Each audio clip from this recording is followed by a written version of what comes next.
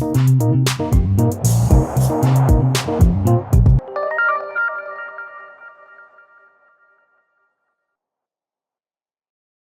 nous nous retrouvons aujourd'hui et nous inaugurons donc ces webinaires de présentation de nos formations certifiantes et diplômantes réseau MLF Monde avec une nouvelle formation. Et nous sommes très contents d'avoir la possibilité de proposer au personnel de nos réseaux ce diplôme universitaire spécifique à l'école maternelle. La présentation sera assurée par la responsable pédagogique de ce diplôme, Madame Séverine Grezard. Bienvenue. Merci beaucoup de votre présence et qui est donc chargée de mission, je crois, sur l'école maternelle à l'INSPE de Lyon et Université Lyon 1. C'est ça, tout à fait. Donc, bonjour à tous et à toutes. Je m'appelle effectivement Séverine Grezard et comme vous l'avez très bien dit, je suis responsable de ce diplôme, le DUCNAGE, développer une culture métier autour du jeune enfant. Je ne vais pas vous retracer mon CV, mais vous donner quelques points d'ancrage pour comprendre pourquoi je suis à la tête de ce diplôme. En fait, moi, j'ai été enseignante sur le terrain pendant une quinzaine d'années, puis conseillère pédagogique et formatrice dans le cadre de l'éducation nationale. Et à un moment donné, j'ai souhaité me rapprocher de l'université parce que je trouvais que j'avais besoin de connaître ces recherches très actualisées sur le jeune enfant notamment, et puis sur d'autres champs de la recherche. Donc, je me suis rapprochée de l'université où j'accompagne aujourd'hui les enseignants qui préparent le concours ou qui commencent leur premier pas dans les classes. Et ce diplôme, finalement, il s'inscrit aussi dans cette dynamique, nous allons le voir dans quelques instants, qui est de permettre à tout enseignant sur la tranche d'âge donc du préscolaire ou de l'école maternelle de profiter de cette multitude de recherches actuelles sur le jeune enfant, puisque ces recherches sont quand même assez récentes finalement, pour pouvoir accompagner au mieux les enfants au sein de nos établissements dans un contexte de qualité et de manière la plus fine et la plus appropriée pour ce qui concerne l'acquisition des premiers apprentissages. Voilà pourquoi je prends le temps de me présenter un petit peu. Alors, ce diplôme a pour objectif, donc, comme je viens de le dire, vous permettre d'acquérir des compétences concernant ce jeune enfant avec un regard neurosciences, mais pas que neurosciences. Nous allons aussi investir d'autres champs de la recherche, concevoir des enseignements et des pratiques éducatives du coup adaptés. On va s'appuyer au fur et à mesure des cours sur les apports de ces chercheurs de manière à pouvoir ensuite adapter nos pratiques d'enseignement, à la fois sur nos postures, sur nos gestes professionnels, mais aussi sur les contenus qui sont proposés aux jeunes enfants que l'on accompagne au quotidien, bien entendu en respectant le cadre légal qui nous est donné par notre ministère et par les prescriptions des programmes. Nous allons aussi vous accompagner dans le domaine du développement langagier et de par vos établissements, vous êtes, me semble-t-il, encore plus sensibilisés à tout ce qui concerne cet accompagnement de l'enfant, notamment dans des contextes plurilingues. Nous aborderons la question des espaces et des temps qui sont au cœur finalement de l'accompagnement de ces jeunes enfants, sans oublier bien entendu la relation avec les familles sans lesquelles nous ne pourrions pas accompagner aussi bien ces jeunes enfants. Donc des objectifs qui certes sont centrés sur la recherche, mais qui ensuite rentrent très vite et concrètement dans les pratiques professionnelles au quotidien. Alors, c'est une maquette de 122 heures, un chiffre un petit peu particulier, mais quand nous l'avons construit pour un certain nombre de raisons sur lesquelles je vais passer, nous étions sur ce cadre horaire avec des modules qui donc vont donner sens à ce que je viens de présenter comme objectif. Un module 1 de 27 heures sur cet aspect recherche, donc vous voyez 27 heures sur cette entrée-là, qui sera proposée par des enseignants-chercheurs.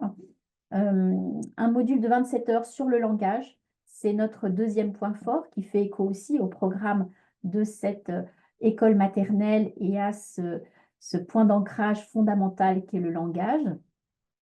Un module 3 sur le temps et les espaces, donc de 20 heures. On est toujours sur un un nombre conséquent d'heures. La même chose pour accueillir l'enfant et sa famille. Nous irons investiguer d'ailleurs au-delà de cette relation de l'enfant et de sa famille, auprès de l'enfant différent, par exemple. Et puis un module 5, qui est un module un petit peu particulier. Euh, Vous pouvez observer qu'il est de 28 heures parce que c'est un module qui, à la fois, va nous permettre de travailler sur des dimensions plus transversales. Nous allons donc travailler, par exemple, je vais vous le préciser dans quelques instants, sur tout ce qui est musique ou art visuel. Donc, des thématiques qui peuvent être travaillées finalement dans toutes les dimensions.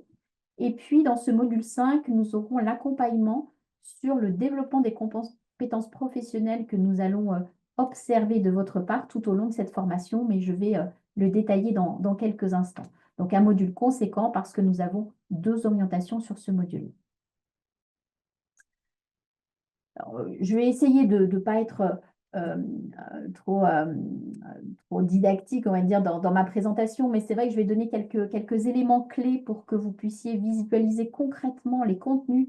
Toujours intéressant quand on se projette sur une formation de savoir ce qui se cache derrière les titres, hein. Quand je vous parle de la recherche et des connaissances actualisées, je vise donc le développement global de l'enfant, à la fois dans son aspect cognitif, mais aussi dans son aspect affectif, moteur, psychosocial. Nous irons voir aussi, par exemple, du côté des compétences psychosociales sur lesquelles il nous est demandé aujourd'hui de travailler. Nous irons voir du côté des piliers de l'apprentissage, en prenant appui sur les travaux de Dehaene notamment, mais pas seulement. Toutes les théories de la motivation aussi, qui même chez des jeunes enfants peuvent avoir un impact très important. Les feedbacks aussi, nous y reviendrons. Et puis ensuite, un chapitre qui est assez essentiel, me semble-t-il, et sur lequel on passe assez vite parfois en formation, qui sont l'accompagnement du développement des fonctions exécutives, qui sont ces fonctions telles que l'attention, la mémoire ou la flexibilité mentale, pour lesquelles on sollicite souvent les enfants qui ne sont pas toujours prêts à les mobiliser, et pour lesquelles ces fonctions, il est très intéressant de savoir comment justement nous pouvons faciliter leur acquisition chez les enfants. Donc, un module 1 qui va constituer une base, un point d'ancrage sur la suite de ce que je vais vous présenter. Et donc, le module 2, là, je ne vais pas aller très loin puisqu'on en a déjà parlé, développement langagier, plurilinguisme. On est à la fois dans le développement et l'accompagnement des compétences des enfants, mais aussi sur les gestes professionnels enseignants. Quels gestes professionnels au service de ce développement langagier et quelles techniques mettre en œuvre pour que notamment les interactions, la verbalisation, la manière de poser des questions puissent accompagner au mieux ces petits élèves. Le module 3 évoquera donc le rythme de l'enfant, mais pas seulement sous l'angle de l'emploi du temps, également sous l'angle de ses temps forts et de ses temps faibles, de mobilisation de son attention et de l'importance du sommeil. Tout ce qui se passe, par exemple, sur les débuts de l'après-midi sera intéressant aussi à envisager. L'aménagement de l'espace, qui est une entrée aussi des programmes de 2021, nous intéressera. La manière dont l'enfant va à la fois se situer dans cet espace pour se repérer, mais aussi pour construire le concept d'espace et toutes les compétences qui y sont associées. Le module 4, je vous l'expliquais, évoquera cette question des enfants et de leur famille, avec la prise en compte des besoins particuliers des enfants, la question de la différenciation pédagogique, mais nous irons aussi sur le numérique, qui est une question aussi forte, hein, question du numérique, d'une part, comme outil au service des apprentissages, et dans quelle mesure, par rapport à tout ce qui est prescription, limitation dont on entend parler. On fera le point sur la recherche actuelle par rapport à cet accompagnement du numérique auprès des jeunes enfants. Et puis, nous évoquerons le numérique sous l'angle aussi de la relation avec les familles, hein. Que dire, que faire par rapport à ces familles qui peuvent nous interroger sur nos pratiques, mais aussi sur leurs pratiques à la maison, ou qui d'ailleurs ne nous interrogent pas toujours, mais pour lesquelles on aimerait bien avoir ce type de discussion. Pour finir donc ce module 5 avec des regards croisés, littérature, sciences, arts et musique, donc des dimensions qui vont nous permettre de réinvestir des compétences qui auraient été évoquées. Le langage, par exemple, va être pensé au travers de ces différents modules. La démarche d'investigation, par exemple, qu'on peut mettre en place dès l'école maternelle, en posant les mots sur, va nous permettre de travailler un certain type de langage. Le portfolio, je le laisse encore, je vous fais un petit teasing, hein, je vous laisse pour une explication dans quelques slides, de manière à ce que vous compreniez bien de quoi il s'agit et je vous montrerai d'ailleurs quelques exemples. Donc voilà pour ce qui est de la maquette et des contenus de formation. Maintenant, je vais passer à la manière finalement dont vous allez pouvoir investir cette formation.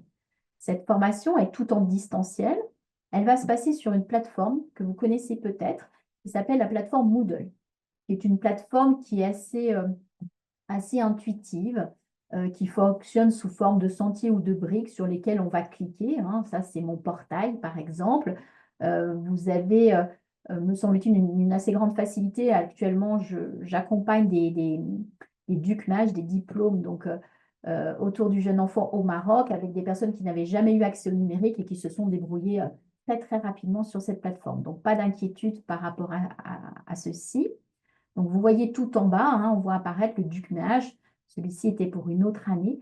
Mais donc, le DUC-MAJ 2026, puisqu'il commencera en janvier 2026, apparaîtra de cette manière-là sur votre espace. Une fois que vous aurez cliqué, vous aurez accès à 5 tuiles qui correspondent à chacun des modules que je viens de vous présenter. Rentrons maintenant à l'intérieur de chacun de ces modules. Dans chacun de ces modules, vous allez avoir accès à des cours synchrones, hein, qui auront lieu. Alors, pour l'instant, on est sur une fois par semaine. Il faudra qu'on voit effectivement comment on peut s'organiser à ce niveau-là, mais c'est à peu près ce qu'il en sera. Sans doute, d'après ce qu'on m'a dit, plutôt les mercredis en fin de journée, ce qui correspond à un temps sur lequel vous êtes peut-être plus disponible de manière coordonnée sur l'ensemble de cette carte du monde.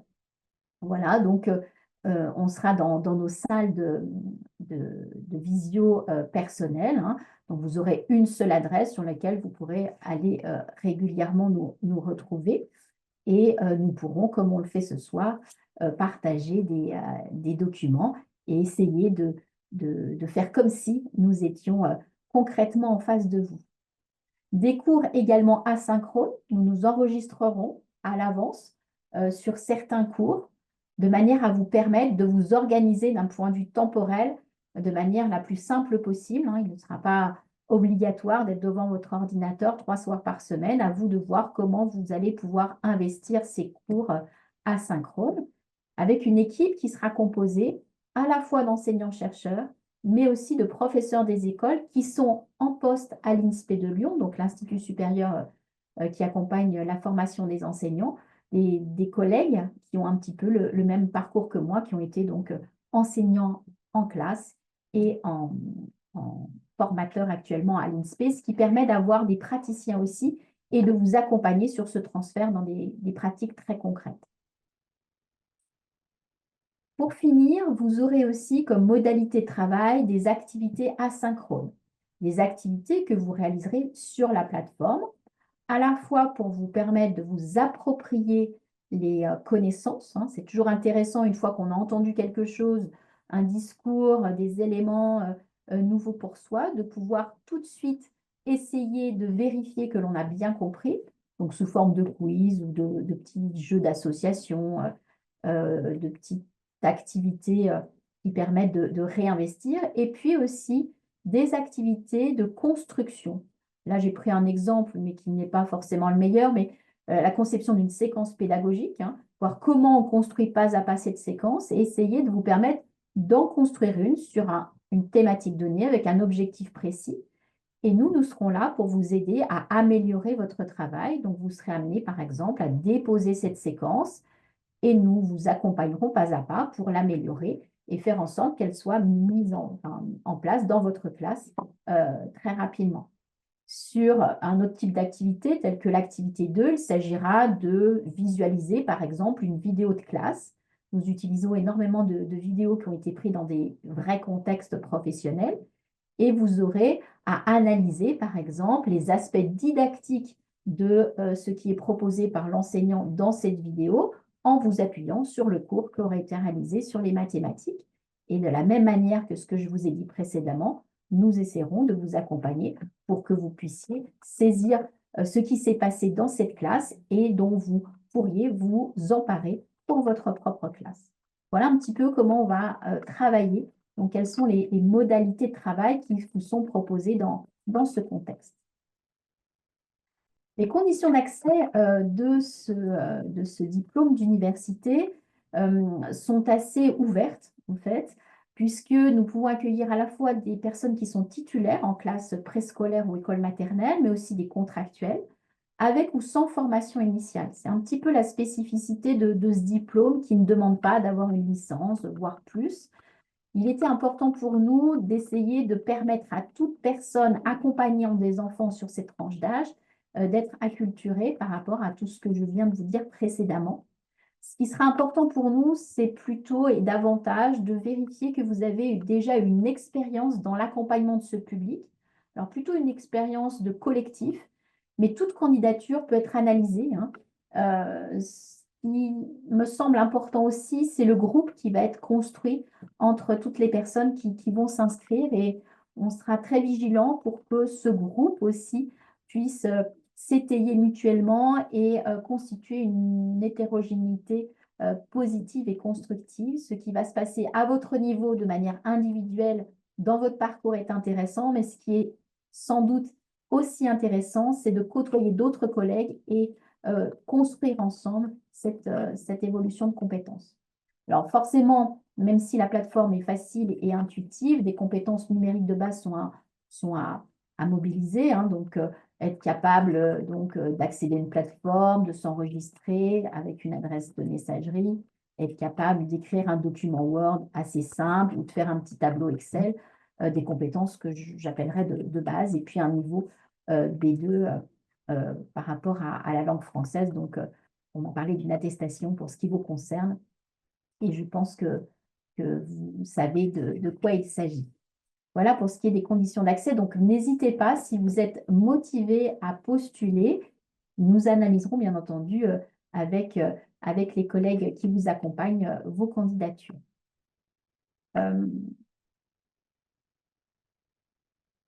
Le portfolio. Donc, concernant ce portfolio, on est sur, en fait, un outil. Ce portfolio, oui, je n'ai pas refait le lien, qui fait partie du module 5. Ce portfolio est un outil qui va vous servir à la fois de trace du développement de vos compétences professionnelles, mais aussi qui va nous servir d'évaluation. Vous êtes sur une formation certifiante. Donc, à l'issue de cette formation, vous allez donc avoir un diplôme. Et pour avoir un diplôme, il va falloir valider des compétences. Jusque-là, je pense que tout est assez logique. Mais la manière dont nous avons envisagé les choses est la suivante. Vous allez tout au long de l'année construire un outil que vous garderez ensuite dans la suite de votre parcours professionnel, enfin nous l'espérons.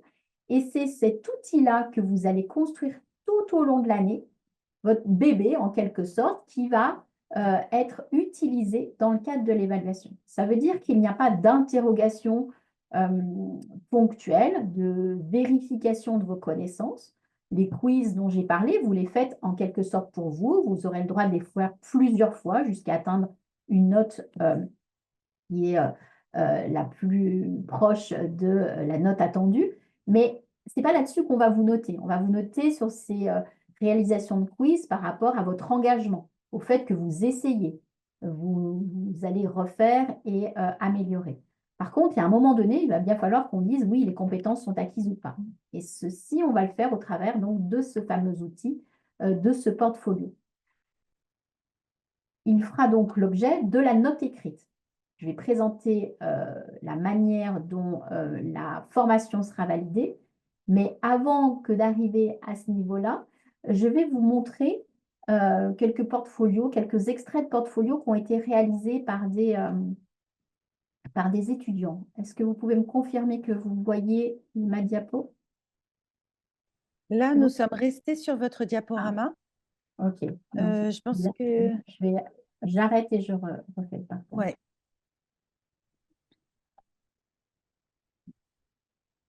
Voilà, donc c'est un outil qui peut se bon. présenter de la manière suivante. Il n'y a pas de modèle, chacun est libre de faire acte d'ailleurs de créativité si vous le souhaitez. Nous demandons un outil numérique de manière à ce que ça soit effectivement partagé de manière plus simple puisque vous serez à distance. Donc une rapide présentation de qui vous êtes. On vous accompagnera pour que vous puissiez faire état de vos compétences en début de formation. D'ailleurs, c'est pas toujours si simple, hein. Quand on est enseignant, on oublie qu'on a beaucoup de compétences finalement. On nous dit souvent, je sais enseigner, mais qu'est-ce que signifie enseigner? On travaille pendant une ou des séances sur ces différents éléments. Et ce petit puzzle de début d'année est très important parce que c'est grâce à ce puzzle que nous allons pouvoir voir le mode montée en compétences. Donc, vous serez amené à faire la même chose au début de la formation et en fin de formation. Ensuite, on va vous demander, pour chaque cours, de noter 3 phases. Ce que vous saviez avant la formation, ce que vous avez appris, et puis de quelle manière vous investissez dans vos pratiques professionnelles déjà ce que vous avez appris. Et on va vous demander des traces de ce que vous avez déjà transféré dans vos pratiques professionnelles. Et ça, on va vous le demander pour chaque élément. Donc, vous voyez, ce n'est pas des pages d'écriture, hein.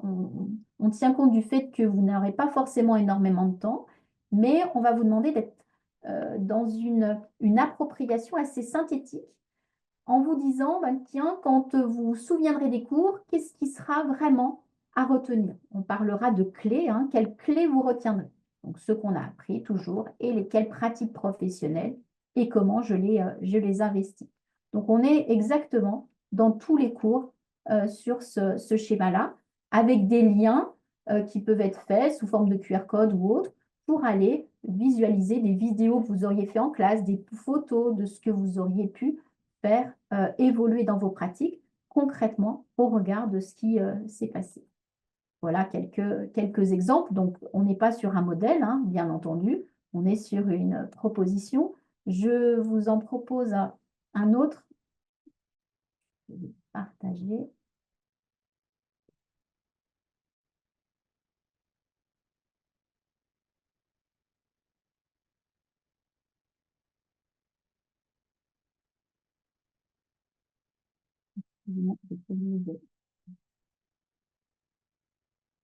Là, nous sommes revenus sur le Ouais, diaporama ouais. initial. Je sais, je vais revoir mon lien de manière à pouvoir vous le repartager.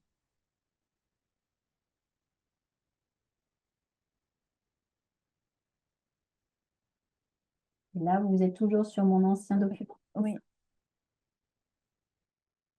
Donc voilà. c'est bon. Donc une autre modalité, donc les compétences avant, les différents cours et la manière de les investir. Voilà, avec des photos de ce qui se passe concrètement. Là, on était sur un formateur, donc chacun de là où il est va pouvoir effectivement présenter. Et là, on a des liens vidéo, des QR codes, etc. pour nous montrer concrètement comment sa pratique professionnelle a pu évoluer au regard de ce qui avait été apporté dans la formation. Voilà quelques exemples. Je reviens donc sur mon outil de départ. Voilà pour ce qui est du portfolio. Ce portfolio donc va permettre de valider la note écrite et vous aurez ensuite une note orale qui sera donnée lors d'une soutenance qui se passera en visio. Et dans ce temps-là, 2 moments, un moment de présentation d'un projet, c'est-à-dire d'une expérimentation que vous avez réalisée en classe. Vous allez peut-être garder du cours sur le développement cognitif, le fait que l'enfant doit être acteur et doit manipuler, expérimenter à de nombreuses reprises. Donc, en gardant peut-être cet élément de cours, vous allez essayer d'imaginer un projet dans votre classe qui va permettre de mettre en exergue cette acquisition.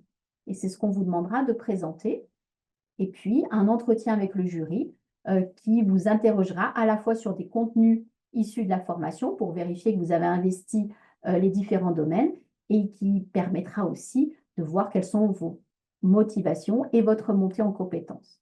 Bien entendu, pour les activités à réaliser à distance, vous obtiendrez des badges et c'est l'ensemble de ces éléments, les badges d'activité, la note orale et la note écrite, que vous obtiendrez ce diplôme universitaire. Donc, nous sommes sur un contrôle euh, en partie continu au travers du portfolio et des badges et avec une seule épreuve finale qui permet d'avoir cette note orale. C'est la moyenne de cet ensemble qui vous donnera donc ce diplôme si vous obtenez au moins 10 sur 20. Voilà pour cette présentation. Donc, je vais m'arrêter là et je vais laisser maintenant place à vos questions.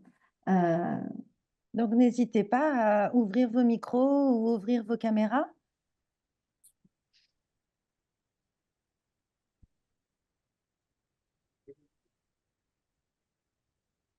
Bonjour. Bonjour. bonjour. Je me présente, je suis Aïcha Bajet, étudiante en master actuellement, langue et société, à distance. Donc, je suis à l'étranger. Et donc, cette formation m'intéresse particulièrement parce que j'aimerais me réorienter, enfin, me spécialiser plutôt dans l'enseignement.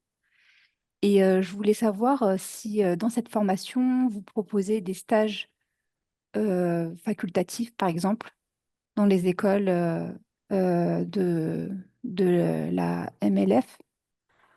Alors, il De n'y a ce- pas il y a pas de stages qui sont prévus dans le cadre de ce diplôme. D'accord. Mais du coup, pour les badges d'activité, si on est étudiante, comment on peut faire pour Alors, les réaliser si on n'est pas dans une structure? Alors, ce n'est pas trop les badges d'activité parce qu'on a des activités qui peuvent être anticipées. Tout ce qui est à distance, ce sont des exercices, par exemple, construire une séquence d'apprentissage, imaginer un emploi du temps, analyser une séquence de PS, améliorer un temps de sciences. Tous ces éléments, vous pouvez les construire dans la projection d'une future classe. Ce qui posera davantage problème, mais ça peut, enfin, on peut trouver des solutions, c'est plutôt l'expérimentation qui va servir de point d'appui à cette soutenance. Donc là, il va falloir vous trouver une classe, pas où vous serez stagiaire, mais où vous allez pouvoir expérimenter. Donc je vais peut-être laisser Madame Bouteille répondre. Je ne sais pas si vous avez déjà eu cette expérience, mais là, c'est juste pouvoir accéder à une classe à un moment donné pour expérimenter. Alors à un moment donné, ça peut être sur 2, 3 jours, je n'en sais rien, mais ça va dépendre du projet. Voilà. Alors, pour ce qui est voilà, de ces offres diplômantes et certifiantes via le réseau MLF Monde, c'est vrai que ces formations sont à destination de personnels qui sont déjà en poste. Si vous passez par la mission laïque française, c'est ça qui est préconisé et qui permet à nos personnels d'accéder à tout cela en étant devant élèves, justement, vous voyez? C'est aussi pour ça que, ces formations, relèvent de la formation continue pour les enseignants qui peuvent, mettre en pratique les apports, de ce DU au fur et à mesure de l'année. Donc il n'est pas prévu ensuite de stage, pour, des candidats qui viendraient de l'extérieur. Vous voyez? D'accord, je comprends mieux. Merci. Je vous en prie. Alors moi, j'ai peut-être une question, étant donné que, voilà, il y a ce portfolio, il y a la soutenance. Est-ce qu'il y a des séances de classe qui sont filmées ou est-ce que ce genre de pratique n'est pas demandé? Alors, on peut avoir besoin, effectivement, pour illustrer la manière dont on est monté en compétence, hein, on a transféré, on peut être amené à filmer éventuellement, mais en prenant, bien entendu, mesure de toute la réglementation, hein, RGPD en la mesure, avec des autorisations, ou alors en filmant les enfants de dos, ce qui parfois peut être autorisé, sachant que tout ce qui est captation resteront dans le cadre de ce portfolio et n'en sortiront pas. C'est-à-dire qu'il n'y aura pas d'accès à tous. Les accès sont toujours fermés pour tout ce qui Oui, bien concerne les sûr. vidéos, hein. Donc, pour les étudiants de Lyon 1, vous avez un espace vidéo sur notre plateforme qui est votre espace personnel sur lequel on peut faire quelques liens pour les formateurs. Mais sur des espaces sécurisés, effectivement. Les photos sont autorisées aussi, hein, si vous n'avez pas la possibilité de transférer, ou un verbatim, finalement, une traduction orale de ce que vous avez pu faire vivre à des élèves. On peut avoir des enregistrements audio, par exemple, quand on travaille sur le langage. Ça, c'est très intéressant de voir comment on va mener une séance en provoquant des interactions qui sont plus pertinentes, en enregistrant avant ce que vous faites au quotidien dans votre classe. Vous mettez juste votre smartphone, vous enregistrez, et puis ensuite, vous prenez acte de ce qu'on a travaillé ensemble et vous essayez une autre séance et vous enregistrez. Et on peut comparer du coup et voir quelle évolution assez immédiate vous pouvez impulser. Alors, ce n'est pas seulement pour que nous, on vérifie, hein, attention, il ne faudrait pas qu'on détourne l'intention de Non, non, non, non. ce portfolio, ce n'était pas votre objectif, Non. mais j'en profite pour le dire, hein, l'idée, ce n'est pas vérifier si vous allez les faire dans votre classe, c'est plutôt pour que vous puissiez construire du positif et construire des possibles. Hein. C'est plutôt dans ce sens-là que vous puissiez profiter du fait qu'on est à vos côtés. Il y a quelques heures de tutorat qui sont prévues aussi, hein, d'accompagnement plus individuel pour que on puisse non pas vérifier, mais être dans l'accompagnement au plus près de vos pratiques professionnelles. Est-ce qu'il y a d'autres questions? Alors, c'est vrai que Madame Grezard, vous l'avez évoqué, mais vous avez évoqué des visios en synchrone et puis des activités à faire dans le flux de la classe. C'est une formation qui débuterait en janvier. Oui. Donc, j'imagine aussi avec un rythme assez soutenu. Alors, c'est vrai que le rythme risque d'être un peu soutenu parce qu'on a 122 heures, hein, qu'on est sur un diplôme, donc avec une certification. Donc, forcément, nous sommes tenus de bien réaliser, et c'est normal, toutes les heures qui vous appartiennent. Par contre, je pense que il y a un engagement au départ qui est un petit peu toujours difficile. Quand on est en reprise d'études ou quand on se lance dans une nouvelle formation, il faut acquérir une méthodologie, un rythme.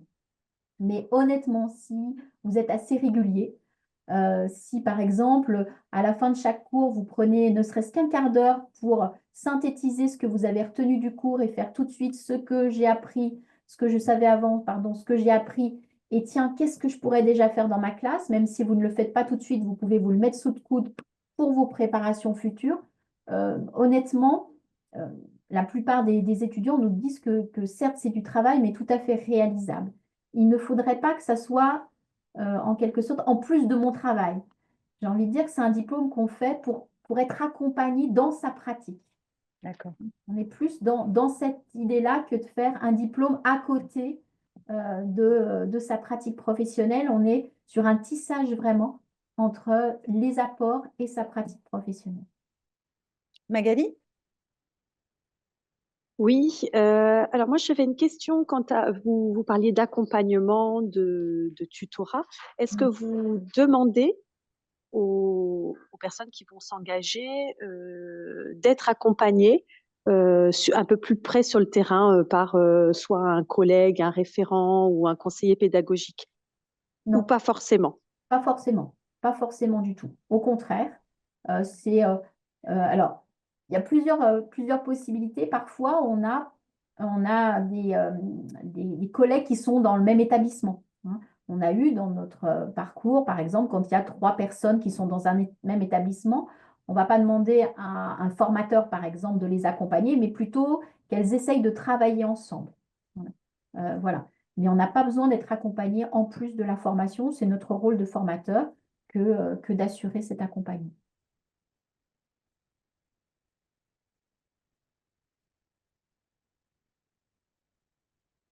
D'autres questions? Maria, je vous en prie. Bonjour. Bonjour. Moi, j'ai une question, surtout sur les modalités pratiques. En fait, vous avez dit tout à l'heure que ce sera des séances, des cours asynchrones une fois par semaine, c'est ça, ce que j'ai bien compris? Alors, il y aura une fois par semaine, ça c'est sûr, en synchrone. Là, c'est-à-dire en même temps que En vous. Hein, synchrone, donc, oui, on est pardon, oui. ensemble. Et puis d'autres temps qui seront asynchrones, qui seront enregistrés sous forme de cours, dont des cours que vous pourrez entendre à d'autres moments de la journée, du week-end, quand vous le pouvez. Surtout, c'est surtout comme ça que ça se passe, quand vous voulez, mais quand vous le pouvez aussi. Oui. Puis, donc, ces activités que vous faites aussi quand vous pouvez, à distance. Et d'une durée de combien de mois? Ça va commencer au mois de janvier. Oui. Alors, ça commencera au mois de janvier. Les derniers cours finiront vers le 14-15 juillet. Et ensuite, la soutenance aura lieu fin août, juste avant la rentrée. Donc, Très on est sur bien. un diplôme qui sera finalisé sur cette fin d'année scolaire 2026. Ok, merci. Voilà. Alors, si tout est clair pour tout le monde, eh bien, je vais clore ici le webinaire en remerciant Séverine Grezard de cette présentation. N'hésitez pas aussi à en parler autour de vous, à voir dans vos établissements quels seraient les besoins. Et voilà, ce webinaire sera mis en ligne à brève échéance, en fait, hein, sur la page dédiée à ce diplôme sur le site MLF Monde. Merci à vous et au Un plaisir, grand merci à j'espère, tous. de vous retrouver sur ce diplôme.